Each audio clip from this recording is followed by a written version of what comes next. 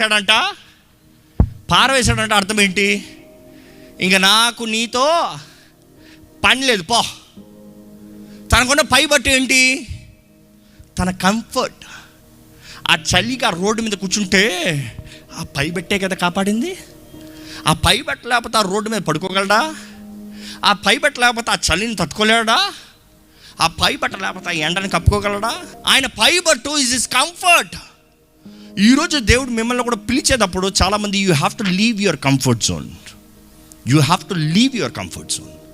Comfort జోన్లో కూర్చొని దేవుని సేవ చేయాలి, దేవుని పిలుపుకి జీవించాలి, దేవుని ద్వారా ఆశ్రయించబడాలంటే అది ఎప్పటికీ జరగదు. దేవుడు అంటాడు, నీ గతాన్ని విడిచిపెట్టు, నీ కంఫర్ట్ని విడిచిపెట్టు, ఏదైతే నీది నీది నీది అనుకుంటా అది విడిచిపెట్టు. ఈరోజు చాలామంది విడిచిపెడతాం భయం. అక్కడ స్టార్ట్స్ రియల్ రివైవల్. మీరు ఎవరైనా మీ జీవితంలో ఉద్యోగం కొరకు ఎదురు చూస్తారంటే అక్కడ ప్రారంభిస్తుందండి.